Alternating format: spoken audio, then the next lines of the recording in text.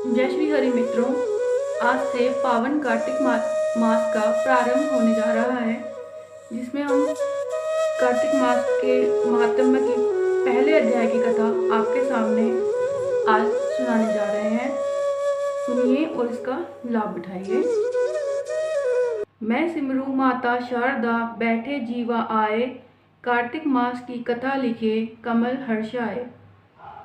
नौमी शरण तीर्थ में श्री सुक जी ने 88,000 शौनक आदि ऋषियों से कहा, अब मैं आपको कार्तिक मास की कथा विस्तार पूर्वक सुनाता हूँ, जिसका श्रवण करने से मनुष्य के सभी पाप नष्ट हो जाते हैं और अंत समय में वैकुंठ धाम की प्राप्ति होती है।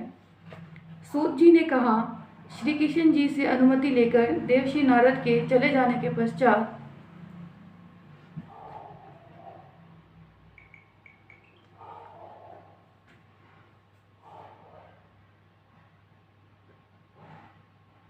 सत्यभामा प्रसन्न होकर भगवान कृष्ण से बोली, हे प्रभु, मैं धन्य हुई, मेरा जन्म सफल हुआ। मुझ जैसी त्रिलोक्य सुंदरी के जन्मदाता भी धन्य हैं, जो आपकी 16,000 स्त्रियों के बीच में आपकी परम प्यारी पत्नी बनी। मैंने आपको आपके साथ नारद जी को वह कल्प वृक्ष आदि पुरुष विधि पूर्वक दान में दिया। इस कल्प वृक्ष पृथ्वी के लोग बात तक नहीं जानते, वह मेरे आंगन में लगा हुआ है। मैं आपसे एक बात पूछना चाहती हूँ, आशा है आप मेरे हित के लिए वह बात बतलाएंगे। इतनी बात सत्यभामा की सुनकर भगवान कृष्ण उनका हाथ पकड़कर कल्प वृक्ष के नीचे ले गए और बड़े स्नेह से कहने लगे कि हे सत्यभामे, सब रानियों में तुम मुझे सबसे अधिक प्यारी हो। तुम्हारे स्नेहवश ही मैंने इंद्र से भी विरोध करके यह कल्प वृक्ष स्वर्ग से लाकर तुम्हारे आंगन में लगाया। मैं तुम्हारे लिए अधेय भी दे सकता हूँ, अकथ्य भी कह सकता हूँ, इसलिए तुम पूछो, मैं गुप्त से गुप्त बात भी तुम्हें बतलाऊंगा। सत्यभामा कहने लगी कि हे स्वामी, पहले जन्म में मैंने कौन सा पुण्य किया था जिससे मैं आपकी अर्धांगिनी बनी। गरुड़ पर बैठकर आपके साथ इंद्रादिक लोकों में भी जा सकती हूँ। मैं कौन थी? किसी कन्या थी। आप विस्तार पूर्वक सब वृतांत मुझसे कहिए। भगवान कृष्ण कहने लगे कि हे सत्यभामा, जिस पुण्य के प्रताप से तुझे यह पद प्राप्त हुआ है, वह सब वृतांत विस्तार पूर्वक तुमसे कहता हूँ। तुम सावधान होकर सुनो। पहले सत्ययुग के अंत में मायापुरी में अत्रि कुल में वेद और शास्त्रों को जानने वाला देवशर्मा नाम का एक ब्राह्मण था। वह सूर्य का बड़ा भक्त था। नित्य ही अग्नि और अतिथि की सेवा करता हुआ सूर्य की आराधना करता था। उसके कोई पुत्र नहीं था, किंतु बड़ी आयु में उसकी एक कन्या उत्पन्न हुई, जिसका नाम गुणवती था। उसका विवाह उसने चंद्र नामक अपने एक शिष्य के साथ कर दिया, जिसे वह पुत्रवत प्रेम करता था। एक समय वह हिमाचल के समीप वन में लकड़ियां लेने के लिए अपने जमाता के सहित गया। वन में इधर उधर फिरते हुए उन्होंने वहां एक महाभयंकर राक्षस देखा। राक्षस को देखते ही भय के मारे उनके सब अंग शिथिल हो गए तथा भागने में असमर्थ वे दोनों वसुर जमाता उस राक्षस के हाथ से मारे गए।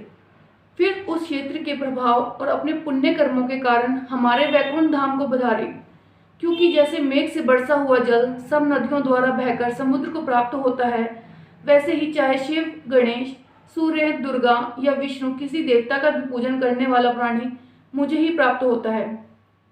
ऐसे में सूर्य के भक्त दोनों हमारे दूतों द्वारा दिव्य विमान में बैठकर वैकुंठ धाम को प्राप्त हुए। उनके मरने का वृतांत सुनकर उसकी कन्या गुणवती बड़ा विलाप करने लगी कि हे पिता, हे पति, तुम मुझको छोड़कर कहाँ चले गए?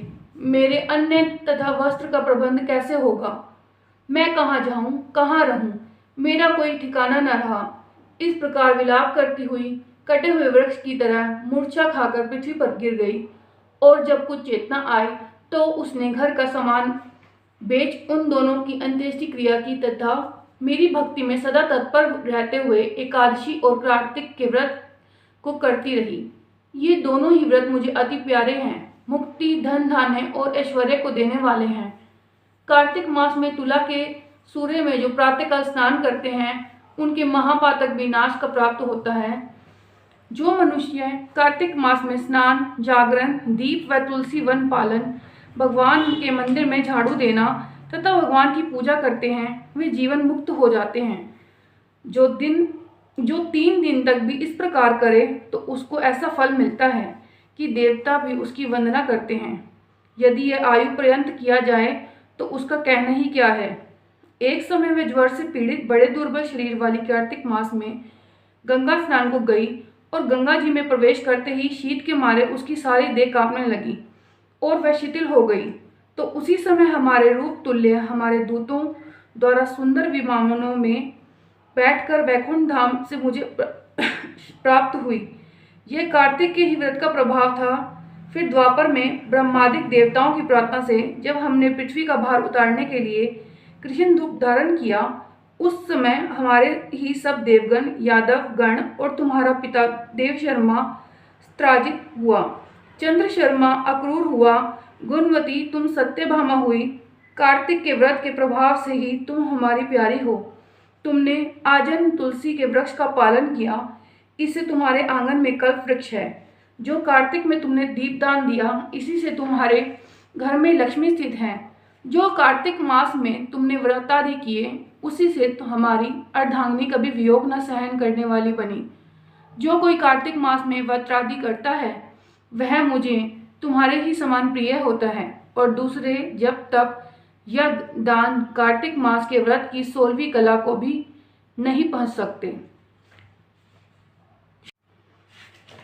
अब कार्तिक मास के 7 वारों की कथा में से सोमवार की कथा आपके सामने रखने जा रहे हैं, श्रवण कीजिए। महादेव जी कैलाश पर्वत पर जा रहे थे। पार्वती जी बोली, मैं भी चलूंगी। महादेव ही बोले, पार्वती जी तुम मत चलो, तुम्हें भूख प्यास लगेगी। बोली, महाराज मैं भी चलूंगी। रास्ते में बोली, महाराज मुझे भूख लगी है, मुझे तो खीर खांड का भोजन चाहिए। महादेव जी बोले, मैंने तो कहा था मत चलो। एक साहूकार के घर गए। साहूकारनी बोली, महाराज क्या चाहिए। महादेव जी बोले, हमारी पार्वती जी को खीर खांड का भोजन चाहिए था। वो बोली, मोड़ा मोड़नी ने खीर खांड का भोजन चाहिए था तो घर में क्यों ना रहे। वह आगे चल दिए। एक बुढ़िया मिली, बोली, आओ महाराज बैठो। महादेव जी बोले, पार्वती जी को खीर खांड का भोजन चाहिए। बुढ़िया लोटा लेके चल दी। महादेव जी बोले, बुढ़िया कहाँ चली। वह बोली, दूध चावल खांड लेने जाऊँ हूँ। महादेव जी बोले, घर में देखे तो दूध के टोकने भरे हैं, चावल की परात भरी है, खांड की बोरी धरी है, टोकना भर के खीर बना ली। महादेव पार्वती जी को जिमा दिया। बुढ़िया बोली, अब क्या करूं, मेरे तो कोई भी नहीं है। महादेव जी बोले, आंख मीच। उसने आंख मीच ली। आंख खोलकर देखा तो खूब परिवार हो रहा है। अब बोली, महाराज इन्हें कहाँ रखूं। महादेव जी ने झोपड़ी के लात मारी, महल हो गया। अब खीर कटोरे भर भर के बांटने लगी। साहूकारनी बोली, मेरा धन तेरे गेल गए, मुझे कुछ भी ना रहा। अब वे भागी चली गई। मोड़ा मोड़िया ठहरियो। बोली, मेरा धन उसको क्यों दे दिया। महादेव बोले, तैने ना करी, तेरा ना हो गया। उसने हाँ करी, उसका हाँ हो गया। मैंने तो ना उठाया न डाला, वह उन्हें पकड़ के खड़ी हो गई। महाराज कुछ तो दो। बोले, तेरी गिलड़ी में घी रहेगा, तेलड़ी में तेल रहेगा, काम तेरा रुके ना। जैसे बुढ़िया ने आई सबने आइए, कहते सुनते हुंकारा भरते को। जय श्री हरि विष्णु, जय भोलेनाथ, जय भोले भंडारी।